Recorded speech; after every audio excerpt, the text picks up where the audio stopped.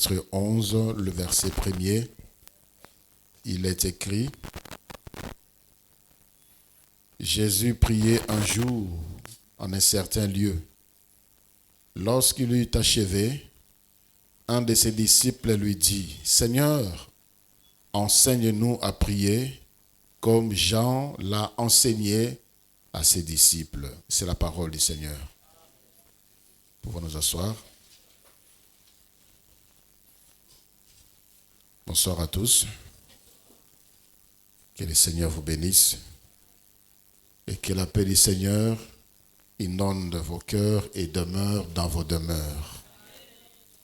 Je rends grâce à Dieu pour votre présence, pour votre vie. Que Dieu soit loué. Tozali kokoba na sujet oyo sur la prière. Lorsque les disciples de Jésus ont vu Jésus prier en un certain lieu, baebisie lakisa biso kosambela. Lokola Jean-Baptiste alakisa pe na baye kolinaye. C'est-à-dire qu'ils ont trouvé que la prière était d'abord importante, intéressante, et aussi ils ne savaient pas prier. Ils ne savaient pas prier, peut-être ils priaient mal. Vous vous rappelez une fois, un papa est venu avec son fils.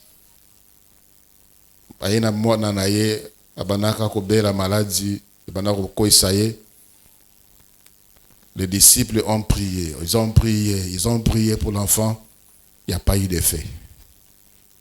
Alors quand Jésus est venu, Jésus les a reproché de leur incrédulité et après, batuni mokonzi. Mais pour nini biso, quand Jésus les a reprochés, Jésus a prié et les esprits qui dérangeaient l'enfant étaient sortis. C'est comme batuni Yesu. Mais mokonzi yo, mais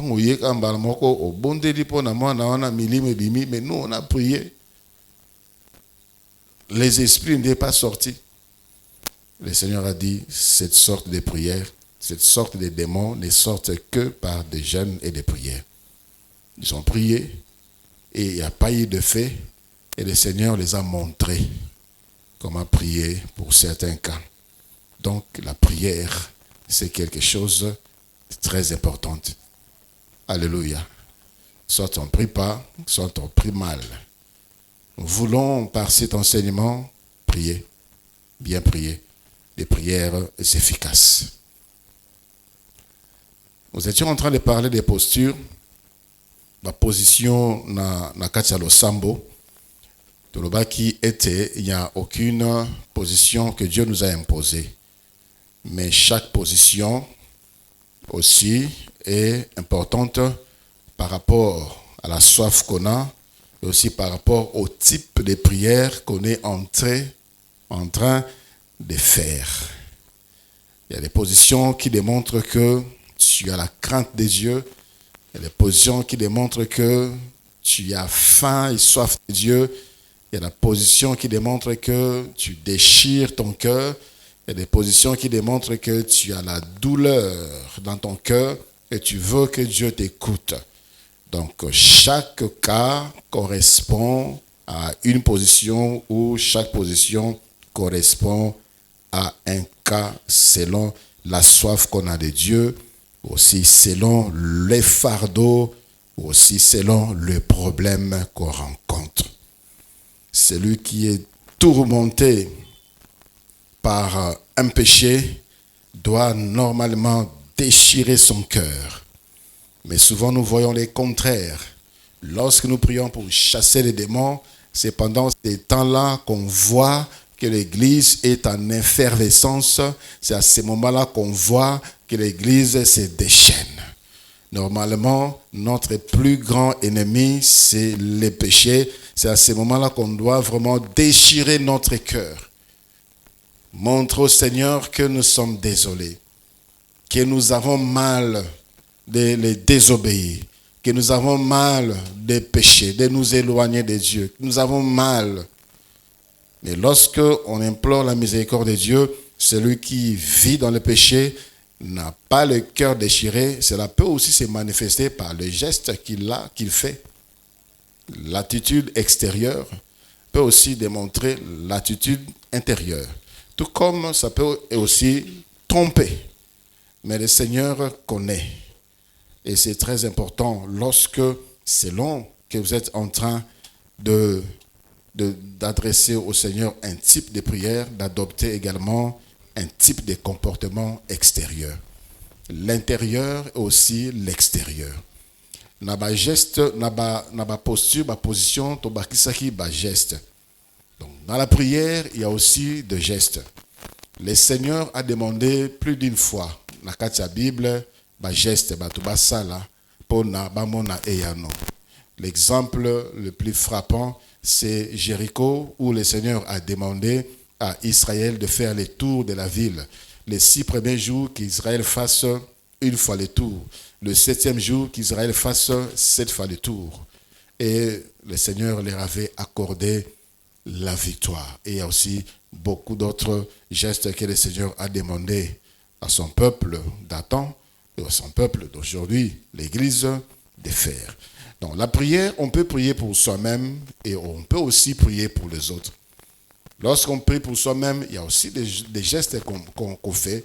Lorsqu'on prie pour les autres, il y a aussi des gestes qu'on fait. La Bible nous montre des positions ou des gestes un peu particuliers que deux prophètes, Basala, on appelle cela en théologie l'incubation corporelle. L'incubation corporelle. Lisons dans 1 Roi chapitre 17, à partir du verset 17. 1 Roi chapitre 17, à partir du verset 17, la Bible dit, 1 Roi 17, 17, après ces choses, le fils de la femme, maîtresse de la maison, devint malade, et sa maladie fut si violente qu'il ne resta plus en lui de respiration. Cette femme dit alors à Élie, qu'a-t-il entre moi et toi, homme de Dieu? Es-tu venu chez moi pour rappeler les souvenirs de mon iniquité et pour faire mourir mon fils? Il lui répondit, donne-moi ton fils. Et il le prit du sein de la femme, le monta dans la chambre haute où il demeurait et le coucha sur le lit. Puis il invoqua l'Éternel et dit, Éternel mon Dieu, est-ce que tu affligerais au point de faire mourir son fils? Même cette veuve chez qui j'ai été reçu comme un hôte? Et il s'étendit 3 fois sur l'enfant, invoqua l'Éternel et dit, Éternel mon Dieu, je t'en prie que l'âme de cet enfant revienne au-dedans de lui. L'Éternel écouta la voix d'Élie et l'âme de l'enfant revint au-dedans de lui et il fut rendu à la vie. Alléluia. Il y a eu sécheresse en Israël. Alors, il n'y avait plus rien à manger. Nzambe atinaki Élie dans ndako ya veuve moko na Sarepta. Et pendant que Élie était là-bas, l'enfant est tombé violemment malade et il est mort. Et la femme a eu mal dans son cœur. C'était son fils unique. Alors, Élie a eu mwana wana, a bondeli pona ye en faisant un geste, a tie mwana likolo mbeto alali likolo na ye. Alali likolo na ye et il a prié Dieu tout en restant sur cet enfant. Il a prié Dieu sur cet enfant. Et le Seigneur a ramené cet enfant-là en vie. Il y a des lieux dans certaines religions qu'on appelle des lieux sacrés où les personnes viennent se coucher. Viennent se coucher pour recevoir la guérison, pour recevoir la libération, pour recevoir les exaucements de leurs prières, d'où on a donné ce nom d'incubation corporelle. Mais dans la Bible,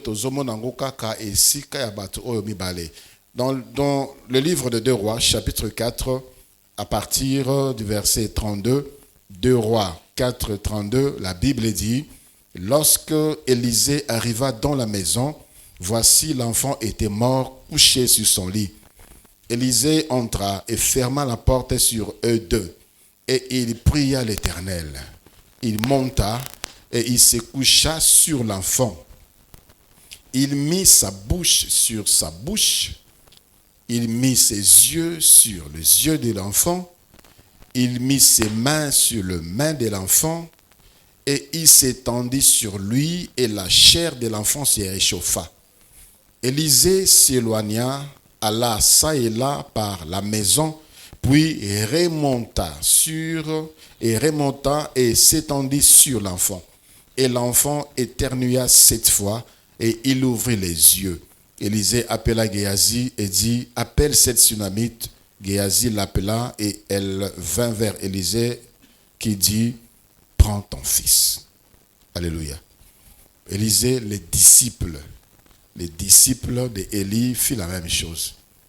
Vous connaissez l'histoire de la Sunamite, cette femme qui a accueilli Élisée à Tongela Ndaku, de sorte que ceux qui Élisée avaient la mission à la Kawana, à la Kawana. Et enfin, la femme en question, Abana Kobotate. Et finalement, Élisée a prié pour cette femme et Dieu a donné à cette femme-là un garçon. Et puis, moi, en gros, un jour comme ça, il s'est réveillé mal à la tête, puis finalement, il est mort. Connaissons la suite, la femme est allée chercher Élisée, elle n'a rien dit à Géasi, à Élisée, elle a dit que l'enfant est mort. Élisée a yé, à Koti, à Kanye Porte, comme Élie avait fait. Élisée, c'est le disciple du prophète Élie. Il a fait la même chose. Atemona likola mbetu, alali likola mwana, misu na likola misa mwana, munoko na likola munoko mwana, maboko na likola maboko mwana, makolo na ye. Et l'enfant est revenu à la vie. Nulle part dans la Bible, à part ces 2 cas, de Mona Makambo. C'est pour dire, le geste, c'est sous l'inspiration du Saint-Esprit. Les gestes n'ont jamais été une imposition. Pour prier, il faudrait des gestes et des gestes particuliers. Comme je l'ai dit, c'est sous la direction du Saint-Esprit, aussi par rapport au fardeau qu'on a, à la soif, à la douleur qu'on a, qu'on peut soit se prosterner, soit élever les mains, soit crier.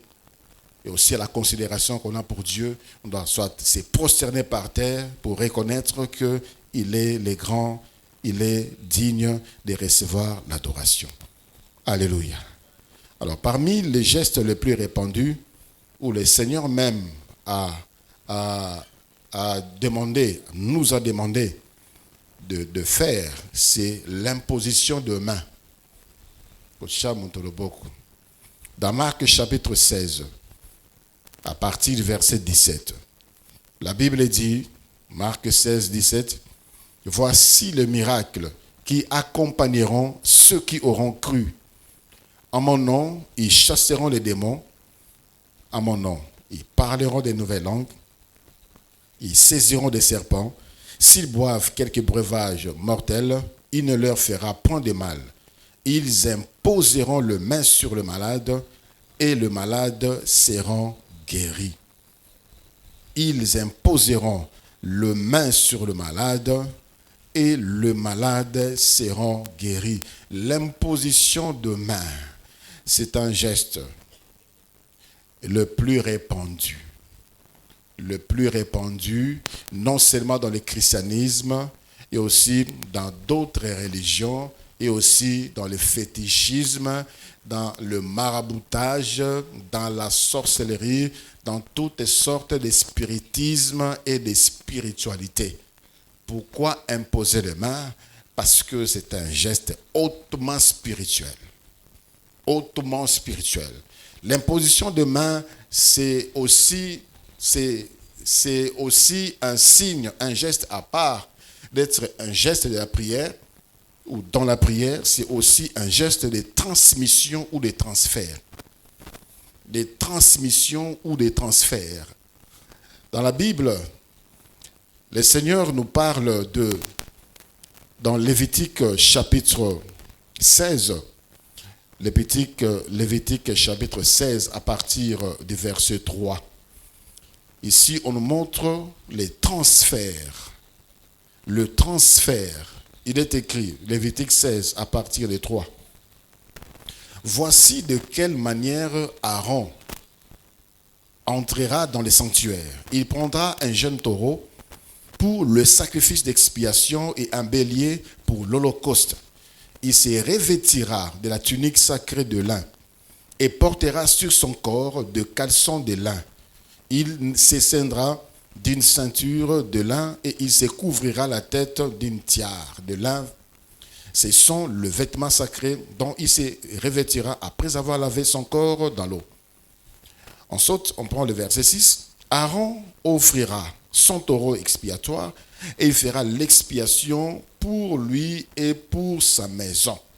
Ici, il s'agit du jour, le seul, l'unique jour où l'homme pouvait entrer dans ce qui représentait la présence de Dieu, le lieu très saint, dans les tabernacles et dans les temples. Dans le lieu saint, dans le lieu très saint, il n'y avait que le souverain sacrificateur, une fois l'an. Et c'est ce qu'il devait faire. Mais la Bible dit au verset 10, au verset 9,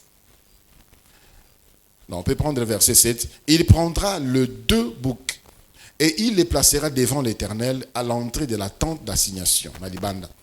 Aaron jettera les sorts sur les 2 boucs, un sort pour l'Éternel et un sort pour Azazel. Aaron fera approcher le bouc sur lequel est tombé les sorts pour l'Éternel et il l'offrira en sacrifice d'expiation.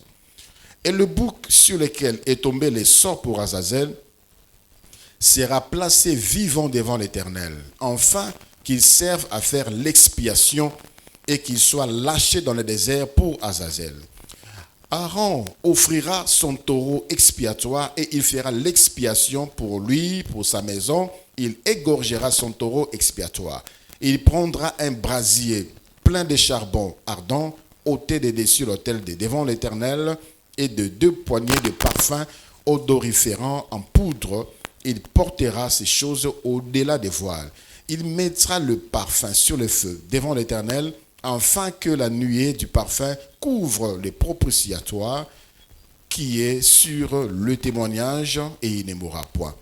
Il prendra du sang du taureau et il fera l'expiation, l'aspersion avec son doigt sur le devant du propitiatoire vers l'Orient.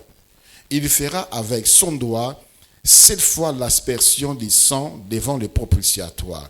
Il égorgera le bouc expiatoire pour le peuple et il emportera les sangs au-delà du voile. Il fera avec ses sangs comme il l'a fait avec les sangs du taureau et il fera l'aspersion sur les propitiatoires et devant les propitiatoires. C'est ainsi qu'il fera l'expiation pour les sanctuaires à cause des impuretés des enfants d'Israël et de toutes les transgressions par lesquelles ils ont péché. Il fera de même pour la tente d'assignation qui est avec eux et au milieu de leur impureté. Et si nous continuons jusqu'à la fin, la Bible dit, il va prendre sa main, il va prendre le bouc réservé à Azazel, c'est-à-dire un bouc qu'on doit lâcher dans le désert, et le bouc qui va porter le péché de tous les peuples. Aaron prendra sa main, il va prier sur le bouc d'Azazel, il va prier, il va communiquer le péché du peuple sur ce bouc et il va lâcher ce bouc afin qu'il apporta le péché d'Israël. Ces gestes, le Seigneur Jésus-Christ l'a accompli à la croix. À la croix, le Seigneur Jésus-Christ a porté nos péchés. Il s'est chargé de nos iniquités. Il s'est chargé de nos fautes. Natangu toyaka na Yesu Christ. To fungoni motema na biso to mdimi Yesu Christ. Nos péchés sont transférés en Jésus-Christ. Et là, à la croix, Jésus-Christ avait détruit les péchés et la puissance du péché. Alléluia. Donc, ce n'est pas un geste à prendre à la légère. C'est hautement spirituel. Il y a des transferts, soit des bonnes choses, soit des mauvaises choses par ces gestes. Dans Lévitique, vous lisez Lévitique et les livres de Deutéronome, à partir du verset 34, là on parle de plusieurs types d'impositions de main pour recevoir certains transferts. Dans le livre de Deutéronome, chapitre 34, Deutéronome, chapitre 34, le verset, à partir du verset 9. Deutéronome 34, à partir du verset 9, la Bible dit, Josué, fils de Nun, Josué 34, verset 9, Josué, fils de Nun, était rempli de l'esprit de sagesse, car Moïse avait posé ses mains sur lui. Alléluia. Pourquoi Josué était rempli du Saint-Esprit? Comment est arrivé que Josué soit rempli du Saint-Esprit? Parce que Moïse avait imposé ses mains sur lui. En imposant ses mains sur lui, Moïse a transféré la puissance du Saint-Esprit dans la vie de Josué qui devait les succéder.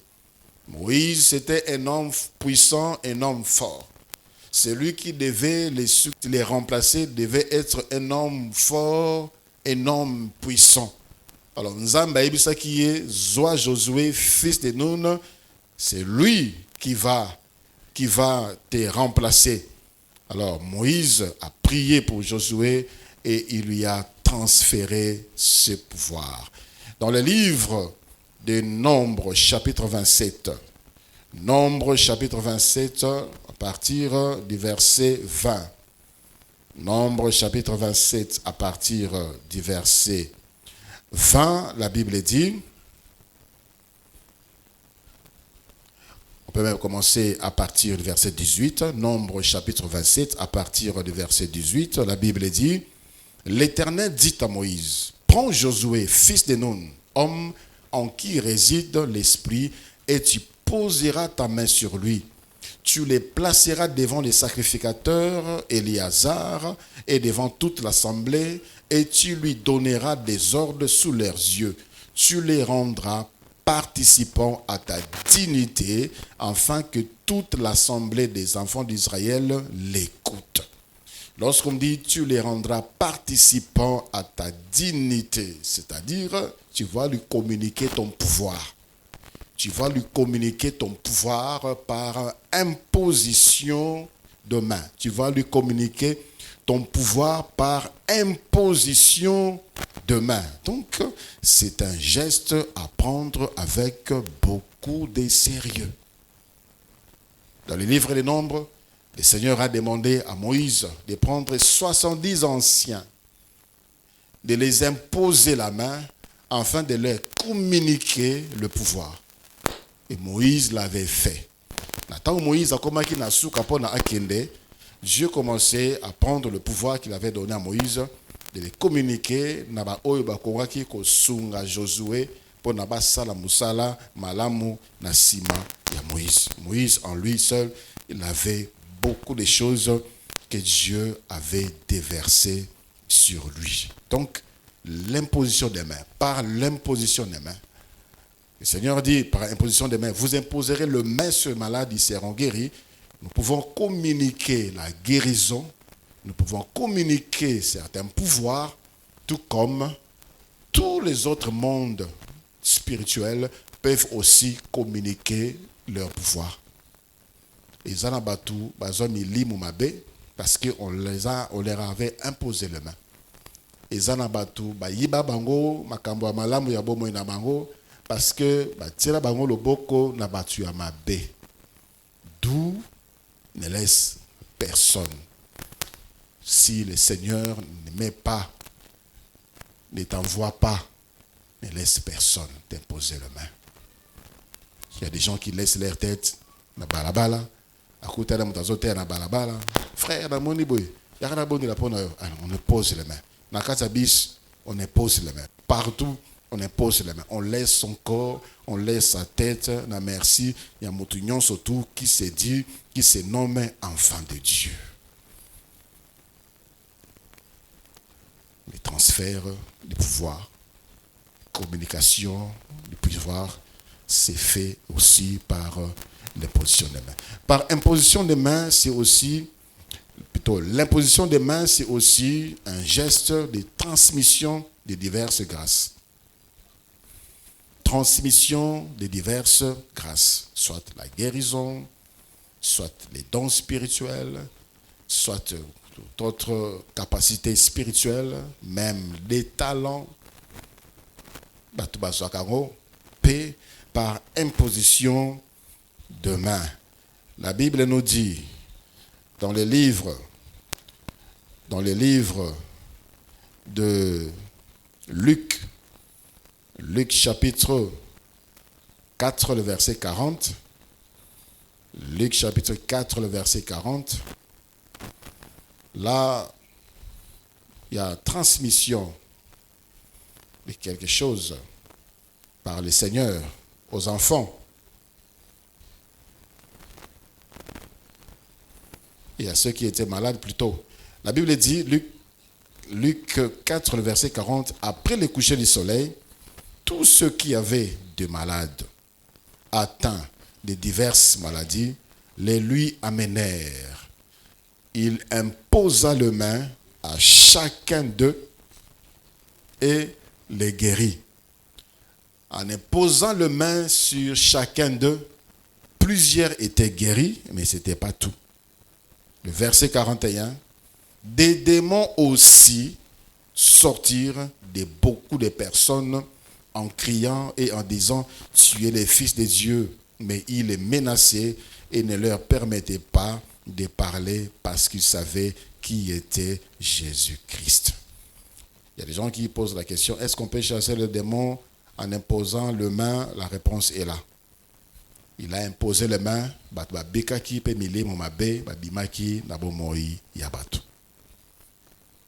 imposition de main, c'est la transmission des diverses grâces. La guérison et aussi la grâce de recevoir sa délivrance. Par l'imposition des mains, les apôtres ont fait aussi des grandes choses.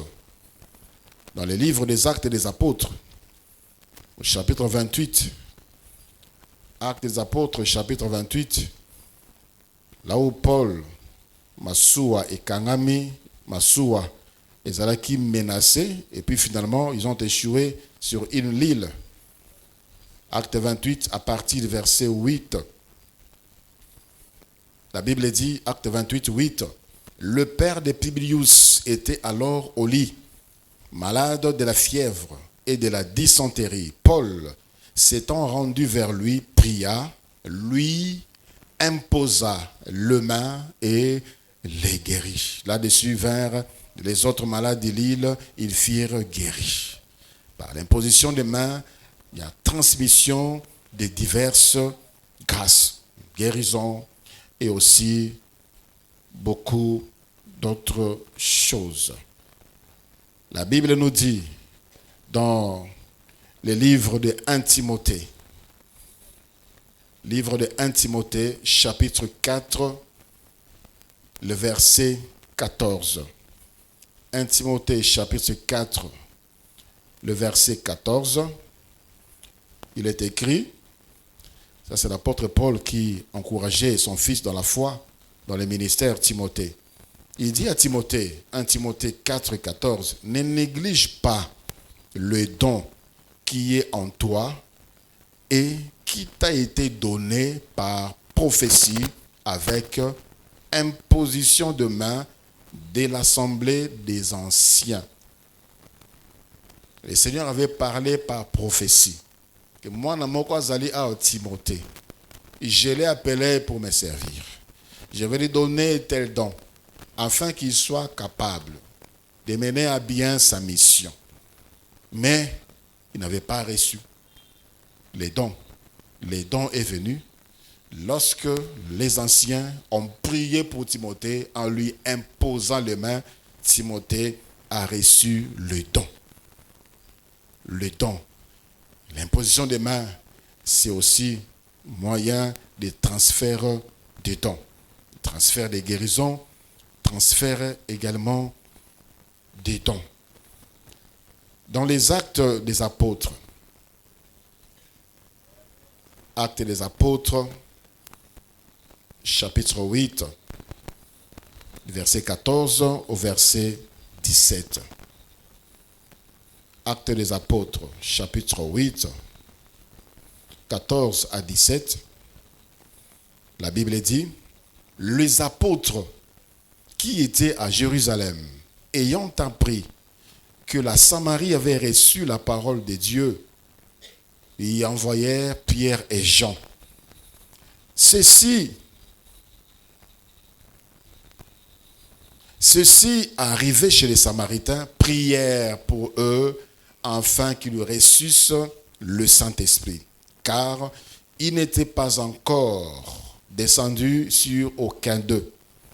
Ils avaient seulement été baptisés au nom du Seigneur Jésus. Alors Pierre et Jean leur imposèrent les mains et ils reçurent le Saint-Esprit. Alléluia. L'imposition des mains, c'est aussi un geste dans la prière pour communiquer la guérison, pour libérer les âmes des prisons des ténèbres, chasser les démons, pour communiquer les dons spirituels et aussi pour communiquer aussi la plénitude du Saint-Esprit. Il y a des personnes qui ont été touchées par le Seigneur sans imposition de main. Dans les Actes des Apôtres, chapitre 2, le jour de la Pentecôte, ils étaient ensemble, ils étaient en train de prier. Personne n'avait imposé à personne maboko. Tout à coup, il est venu du ciel un bruit comme celui d'un vent impétueux et ces bruits remplirent toute la salle. Ils furent tous baptisés dans le Saint-Esprit, remplis du Saint-Esprit, et il y a eu de feu, une langue semblable aux langues de feu, et tellement qu'il a mis tout dans bango. Personne n'avait imposé les mains à personne. Mais il y a des gens, pour la osoi, soit don, soit la plénitude du Saint-Esprit, les baptêmes dans le Saint-Esprit, on doit imposer les mains. Amen. Alléluia. Voilà. Donc, l'imposition des mains dans la prière peut déclencher aussi beaucoup de choses. Si le Seigneur veut travailler par des gestes et que toi tu ne les fais pas, tu vas rater. Tu vas rater. Est-ce qu'on peut s'imposer soi-même les mains? Moi, je m'impose les mains. Moi, je m'impose les mains.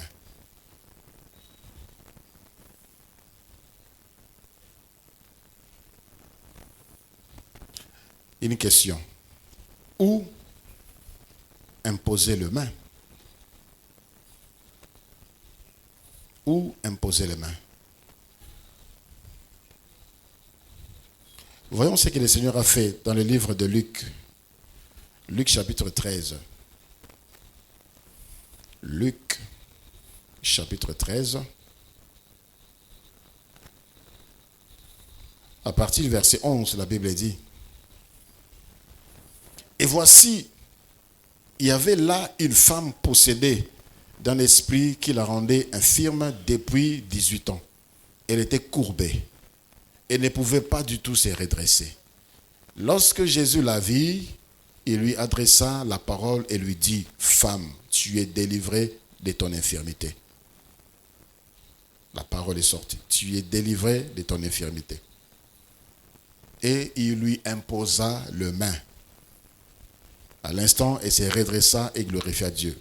Elle s'est redressée après l'imposition de main. Yesu a ébissé au biki, mais elle était toujours courbée.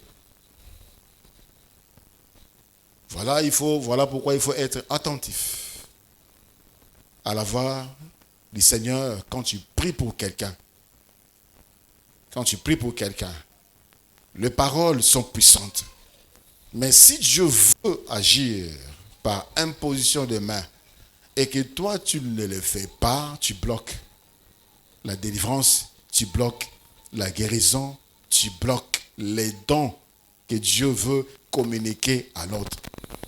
Le Seigneur est tout puissant, il est capable. Il pouvait seulement regarder la femme sans rien dire et la femme serait délivrée. Il pouvait seulement dire tu es délivré puis la femme est délivrée. Mais le Seigneur a parlé et après il a imposé les mains. Le ministère de Jésus, c'est pour nous montrer le chemin. En commençant par le baptême. Il n'avait pas besoin de recevoir le baptême. Tout ce qu'il a fait, sa vie, il s'est comporté dignement dans la pureté, dans la consécration pour Nakola Kisabi Somzela. Dans le service, il a travaillé sans relâche pour Nakola Kisabi Somzela, qu'on devait travailler sans négligence pour les seigneurs, pour Nakola Kisabi Somzela. Et dans tout ce qu'il faisait comme opération, c'était pour nous montrer comment travailler. Être, bien que étant Dieu, serviteur de Dieu, fils de Dieu, le Messie, ayant le pouvoir, tout pouvoir lui a été donné, mais il obéissait en tant que serviteur aux instructions ou imposer le main. C'est là où il y a beaucoup de dérapages. Il y a beaucoup de dérapages. Il y a certaines personnes qui continuent à faire encore l'incubation corporelle jusqu'à aujourd'hui. Si c'est par l'orientation du Saint-Esprit, gloire à Dieu. Mais lorsque c'est devenu un système qui dans cette église-là, ou cette servante-là, ou ces serviteurs de Dieu-là, pour des cas de maladie, pour des cas de délivrance, il faudrait qu'ils couchent sur les personnes qui sont tourmentées. Là, ça devient suspect. Rappelez-vous, le prophète Élisée à Salangom Balamoko, le prophète Élie à Salangom Balamoko, et ce sont les deux seuls cas que nous trouvons dans la Bible. Le mœurs, l'équité, la bonne manière nous impose certaines limites. Alléluia. Dans l'imposition de main. Tu rencontres une femme qui a mal à la poitrine et toi tu viens imposer le main sur ses seins. C'est mal poli et aussi ça relève du voyeurisme. Voilà. Tu peux communiquer la guérison en lui imposant la main sur la tête. Ça va entrer dans son corps. Ça va entrer dans son corps. Ou tu la demandes de toucher ses seins et toi tu lui poses la main sur sa tête. Ça va entrer dans son corps. Ça va apporter les résultats que Dieu veut par imposition de main. Et ne tombez pas, serviteurs, servants de Dieu. Ne tombez pas dans ces pièges où vous allez rencontrer des personnes qui vous indiquent là où vous devez toucher. Priez pour moi, j'ai mal ici. Non, ce n'est pas à toi de me dire ce que moi je dois faire. Je dois prier pour toi par rapport à l'orientation que je reçois. Je ne suis pas obligé de te toucher pour prier pour toi. C'est le Seigneur qui conduit les moments de prière.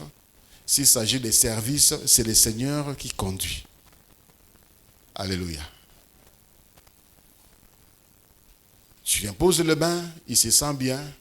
Tu enlèves la main, il dit qu'il se sent de nouveau mal. Donc toi, tu vas maintenant garder ta main sur sa tête pendant qu'il va bien. C'est comme si c'est ta main qui guérit un piège.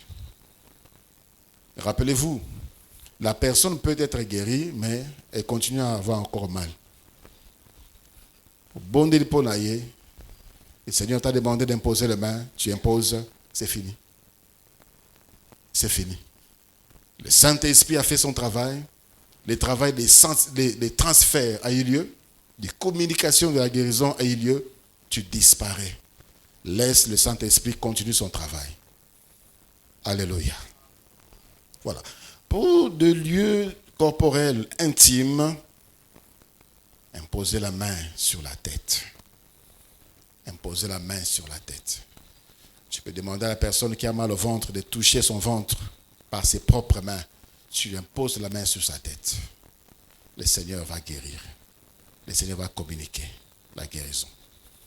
Alors, pour répondre à la question, bien que la Bible n'a pas dit spécifiquement où le Seigneur a imposé les mains.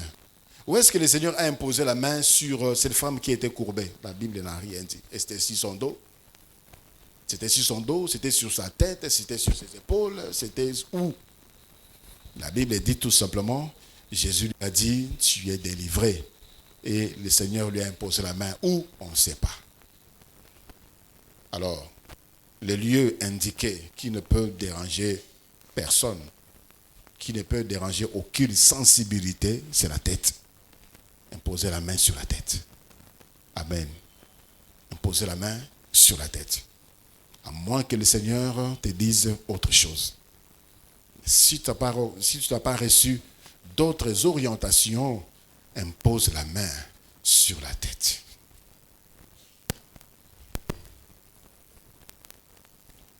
Le Seigneur a touché directement, parfois, certains organes atteints.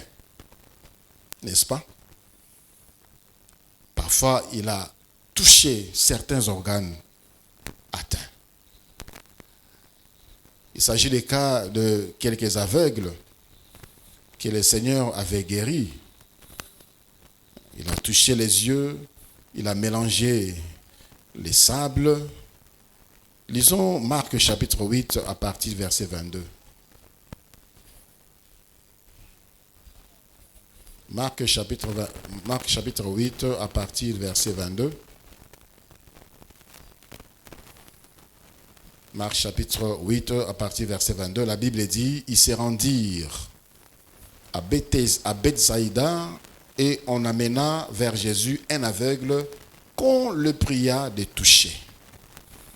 Il prit l'aveugle par la main et le conduisit hors du village, puis il lui mit de la salive sur les yeux, lui imposa les mains. Ça c'est sûr, c'est sur les yeux. Et lui demanda s'il voyait quelque chose. Il regarda et dit, j'aperçois des hommes, mais j'en vois comme des arbres et qui marchent. Jésus lui mit de nouveau les mains sur les yeux. Et quand l'aveugle regarda fixement, il fut guéri et vit tout distinctement. Alléluia. Il y a des moments où le Seigneur peut te demander, comme je disais, mais seulement il faut être attentif, de toucher les organes, peu importe lesquels. De toucher les organes pour communiquer la guérison. Si le Seigneur avait touché les yeux de cet aveugle, et cet aveugle fut guéri à Monaki, Misunaye et Fumamaki. Dans Marc chapitre 7, à partir du verset 32. Marc chapitre 7, à partir du verset 32. La Bible dit, Marc 7 à partir de 32, on lui amena un sourd qui avait de la difficulté à parler. Et on les pria de lui imposer les mains. Et Jésus prit à part ce sourd muet, loin de la foule. Et la Bible dit quoi? Il lui mit le doigt dans les oreilles et lui toucha la langue avec sa propre salive. C'était un sourd muet. Abandaka koyoka te, abandaka koloba te. Baye na pas Yesu. Yesu abikisaye, abonde la ponaye. La Bible dit, le Seigneur a mis ses doigts dans les oreilles, c'est-à-dire les deux oreilles. Dans les deux oreilles des sourds, il a prié et puis il a pris soy naïe, puis levant les yeux et lui toucha la langue avec sa propre salive. Il a pris sa salive, il a choisi soy naïe, a tiré na munoko mutuana, na lema mutuana. Puis levant les yeux au ciel, il soupira et dit Ephrata, c'est-à-dire ouvre-toi. Aussitôt, ses oreilles s'ouvrirent, sa langue se délia et il parla très bien. Alléluia. Donc, il y a des moments vraiment où tu dois être à l'écoute. Tu vas dire, qu'est-ce qu'il va dire? Dans un moment, on a dit, soy, na tie na lolemo na ye, bakobenga ngandoki, bakobenga nganani. Fais ta mission. Accomplis ta mission. Exécute l'ordre donné par Dieu. Il y a encore beaucoup de choses que nous n'avons pas encore vues. Il y a encore beaucoup de choses que nous n'avons pas encore vues. Je me rappelle, j'ai eu à chasser les démons avec de l'eau. J'ai pris de l'eau. Je dis, c'est le sang de Jésus qui a vaincu toute puissance des ténèbres. La sopa de Moutou, Milimo et Bimi. Et les moments où j'ai pris de l'eau, j'ai fait boire juste un peu à la personne, Milimo et Bimi. Est-ce que c'est un système? Ça devient une doctrine. C'était conduit comme ça, ces jours-là, par le Saint-Esprit. Le Seigneur, comme la Bible dit que le Seigneur a accompli beaucoup de choses, si seulement on se mettait à les écrire, la terre n'aura pas de lieu pour Nakocha, Babou, Kouyon, surtout, Oyobakokoma, sur le Seigneur Jésus-Christ et sur ses œuvres. Vous posez les mains sur la tête, ça peut aussi être directement sur les organes, mais tout doit se faire sur orientation, par orientation du Saint-Esprit. Amen. Qui peut imposer les mains? Qui peut imposer les mains? Qui peut imposer les mains? Qui peut imposer les mains? Qui a la réponse? Nani akoki kotia loboko?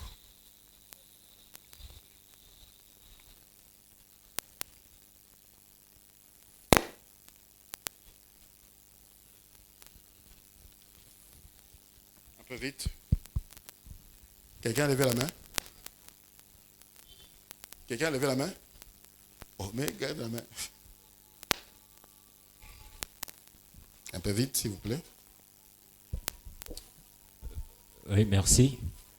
Comme vous venez de le dire tantôt ici, que c'est celui qui a cru, il y aura des miracles qui vont s'accomplir après avoir cru en Dieu.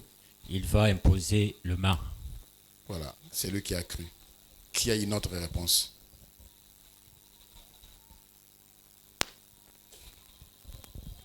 Merci papa pour la parole. Merci. Moi je me dis que c'est tout enfant de Dieu qui peut imposer le main. Oui, c'est la même chose. C'est lui qui a cru. Tout enfant de Dieu peut imposer le main. Il y a une autre réponse. Moi, papa. Oui, allez-y. Merci beaucoup, papa, pour la parole. Merci. Je vais dire un ministre de Dieu. Un ministre de Dieu. Oui. Qui a une autre réponse?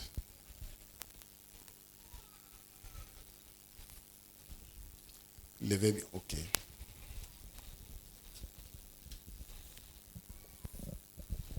Merci papa pour la parole. Moi je dirais tout enfant de Dieu qui a une bonne communion avec le Seigneur.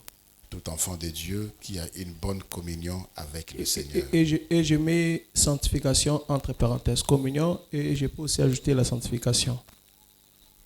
Merci. Tout enfant de Dieu qui est en bonne communion avec le Seigneur. Qui a une autre réponse? Ne donnez plus les réponses qu'on a déjà données.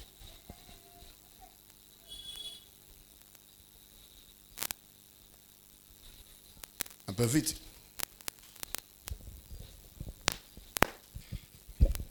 Merci papa pour la parole. Mais si nous regardons dans la Bible, malgré que j'ai oublié les versets, il y a un verset biblique qui dit que si quelqu'un parmi vous est malade, on peut appeler les anciens pour prier pour lui afin qu'il soit guéri. Donc moi je dirais que c'est les anciens qui ont ce pouvoir-là d'imposer les mains aux malades. Qui est notre réponse? Levez bien la main. Allez-y. Merci. Supérieur ndeko pambola inférieur. Mais je ne parle pas de bénir, je parle d'imposer les mains. L'imposition des mains, ce n'est pas seulement un signe de bénédiction. C'est aussi des transferts, des communications de diverses grâces. La guérison, la délivrance. Et quand vous dites supérieur, vous faites allusion à qui? Supérieur par rapport à quoi? Par rapport à qui? Donnez le micro à maman.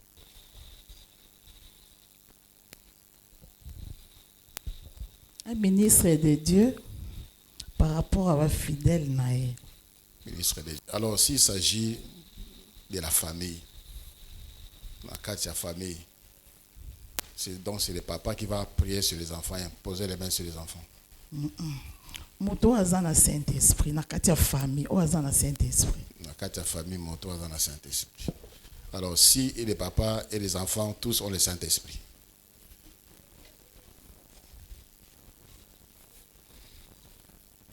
Venez de ce côté. Il y a une main ici. Donne le frère. Merci, pasteur, pour la parole. Merci. Moi, je dirais que la personne qui est apte à imposer les mains, c'est une personne qui est, premièrement, qui a l'Esprit de Dieu et qui est dirigée, conduite par l'Esprit de Dieu. Qui est l'Esprit de Dieu, conduit, dirigé par l'Esprit de Dieu. Il y a une main ici. Lève la main. Lève la main là. Ok, d'accord. Il y a une main devant ici. Merci pour la parole. Pour moi, je dirais que c'est toute personne qui a reçu l'autorité de Dieu qui peut imposer le main. Alors, de quelle autorité s'agit-elle? Cette autorité qui consiste à imposer le main. Alors, cette personne-là, c'est qui? Tu as dit c'est toute personne qui a reçu l'autorité. Alors, cette personne-là peut être qui? C'est lui qui marche en ordre avec Dieu et selon sa volonté. Ok, merci. Papa Patrick. Merci beaucoup, papa. Moi, je dirais c'est lui qui en a reçu la mission. C'est lui qui en a reçu la mission. Qui a reçu la mission? Y a-t-il une classe spécifique et des gens qui ont reçu la mission? Oui, et puis j'ai voulu aussi ajouter, tout dépend aussi des cas. Tout dépend aussi des cas. C'est-à-dire, tout enfant de Dieu, quel que soit celui qui a cru en Christ, il ne peut pas imposer les mains, par exemple, chez un chef coutumier. Donc, ça demande une mission et une autorité spirituelle. Ça peut être un ministre de Dieu, un pasteur, un père spirituel. Donc, c'est un peu ça. Merci. Papa Jonathan. Merci beaucoup, papa. Moi, j'aimerais également aller dans la même logique que papa Patrick, mais j'aimerais utiliser un autre terme, mandaté par Dieu. C'est-à-dire une personne que Dieu a donné cette mission, cette tâche, de faire ce service avec une orientation précise. Vous pensez que le Seigneur a mandaté une classe spécifique des personnes pour imposer les mains? Donc, non. En fait, quand vous dites mandaté, c'est quoi? Mandaté pour une mission précise. Un exemple. Précise. Mais en général, parce que la Bible dit, le verset autant qui n'envoie dans Marc 16. Voici le miracle qui accompagneront ceux qui auront cru à mon nom, ils imposeraient les mains malades. Qui peut imposer les mains? Incroyable. Il y a deux mains là-bas. Merci, pasteur, pour la parole. Premièrement, c'est celui qui a cru. Deuxièmement, c'est celui qui a une bonne communion. Troisièmement, c'est celui qui, sur le coup, est inspiré par le Saint-Esprit de le faire. Celui qui est inspiré sur le coup par le Saint-Esprit de le faire. Il est qui? C'est un enfant de Dieu. Tu avais déjà parlé de lui. Ok, il y a une main. Allez-y. Merci papa pour la parole. Selon moi, c'est celui qui a la foi. Celui qui a la foi. Ouais. C'est tout. Même celui qui croit à Bouddha. Non, en il a Dieu. la foi en Dieu. Ouais. Bien, il y a une main là-bas. Gardez la main levée.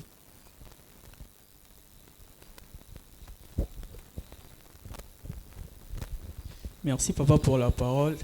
Moi je dirais c'est tout enfant de Dieu qui a cette habilité-là d'imposer les mains. Mais sauf que cette imposition de main doit être inspirée et conduite par l'Esprit de Dieu.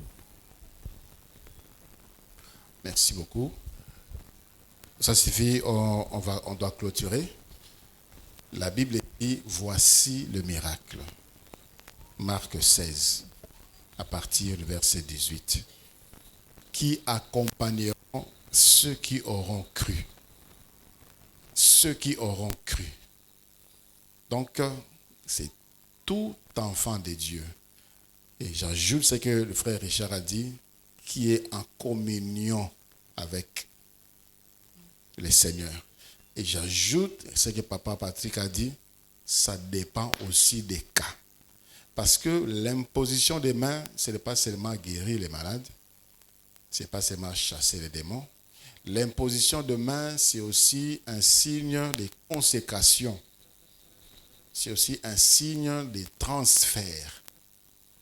Transfert d'autorité, transfert de pouvoir. Le Seigneur a dit dans le livre de Actes des Apôtres, chapitre 9. Et le Seigneur dit à Ananias, lève-toi, et plutôt à 9, acte 9 à partir de 10. Or, il y avait à Damas un disciple nommé Ananias. Le Seigneur lui dit dans une vision, Ananias, il répondit, mais voici, Seigneur. Et le Seigneur lui dit, lève-toi, va dans la rue qu'on appelle la droite et cherche dans la maison de Judas un nommé Saul de Tarse, car il prie et il a vu en vision un homme du nom d'Ananias qui entrait et qui lui imposait le main afin qu'il lui recouvra la vue. Ananias répondit, Seigneur, j'ai appris de plusieurs personnes tous les maux que cet homme a fait à tes saints dans Jérusalem. Le verset 15. Mais le Seigneur lui dit, va, car cet homme est un instrument que j'ai choisi pour porter mon nom devant les nations, devant le roi et devant les fils d'Israël. Le verset 17. Ananias sortit et lorsqu'il fut arrivé dans la maison, il imposa le main à Saül en disant, Saul, mon frère, le Seigneur Jésus qui t'est apparu sur le chemin par lequel tu venais m'a envoyé pour que tu recouvres la vue et que tu sois rempli du Saint-Esprit. Alléluia. Quelqu'un parlait, c'est lui qui a reçu la mission. C'est lui qui est mandaté aussi. Il faut aussi ajouter. Il y a des gens mandatés spécifiquement aussi pour le faire. J'ai rejoint ce que maman avait dit, c'est aussi très important. C'est aussi très important. Il est vrai que nous devons imposer le main.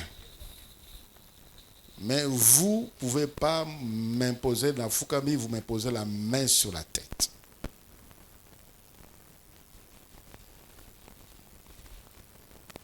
Sur les épaules, la main, ça va.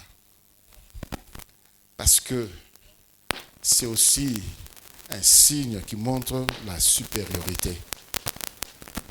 Mais vous pouvez aussi le faire si vous êtes mandaté à le faire. La Bible nous dit dans le livre de 1 Timothée chapitre 5, 1 Timothée chapitre 5, le verset 22. 1 Timothée chapitre 5, le verset 22. N'impose le main à personne avec précipitation et ne participe pas au péché d'autrui. Toi-même, conserve-toi pur. N'impose le main à personne avec précipitation. Ces versets ici, il s'agit de la consécration des serviteurs de Dieu.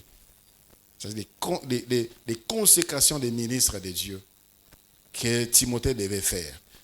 Mais ça concerne aussi toute forme d'imposition de main. Ici on dit quoi? Et ne participe pas au péché d'autrui toi-même. L'imposition des mains étant aussi un geste de transfert. Des transferts et des communications par précipitation, sans discernement, parce que la personne est malade ou la personne est dans un état critique. Toi, tu viens, tu te précipites sans aucune orientation, tu imposes le main, tu peux te mettre en danger. Alléluia. Tu peux te mettre en danger. Sans discernement. Ce n'est pas un geste qu'on doit faire dans la précipitation. Ce n'est pas un geste simple. C'est un geste lourd et lourd des conséquences. Lourd des conséquences. Vous imposez le main, rassurez-vous que Dieu est avec vous. Rassure-toi que Dieu est avec toi. Si la personne-là est habitée par des millimomabés, les transferts peuvent partir dans le sens inverse. Ça peut t'attaquer. Et si le Seigneur demande ça expressément à un homme comme Timothée, Timothée c'était un homme consacré à Dieu, un homme qui marchait avec Dieu, mais n'impose pas la main par précipitation. Tu risques de participer dans ma baie abattoir. Dans le livre de Jude, le Seigneur dit, il ne faut même pas porter leurs vêtements. Il faut même fuir leurs vêtements. De sorte que vous vous suyez, de peur que vous vous suyez dans Bilamanaban. C'est-à-dire les habits aussi étant aussi un moyen de communication et de transfert. À combien plus forte raison, l'imposition des mains, c'est un acte spirituel, hautement spirituel. Mais quand vous êtes en famille et qu'il y a besoin de prier, soit pour un malade, soit pour un cas que vous pensez qui demande l'imposition des mains et que le Seigneur vous oriente dans la famille, le papa, priez pour lui, tenez-le par la main. La maman aussi. Tu ne peux pas mettre ton père à genoux là-bas, comme ici, au tiers le boc. Tu le tiens par la main, tu pries pour lui, ou par les épaules, tu pries pour lui. Alléluia. Voilà. Mais dans tous les cas, soyez conduits, frère Richard, demain. On va continuer demain, Dieu voulant, bien sûr. Dans tous les cas, c'est un moyen, c'est un canal, l'un des canaux dans la prière que Dieu a fait sabisso pour y à communiquer guérison. On continue demain, Dieu voulant. Lèvons-nous.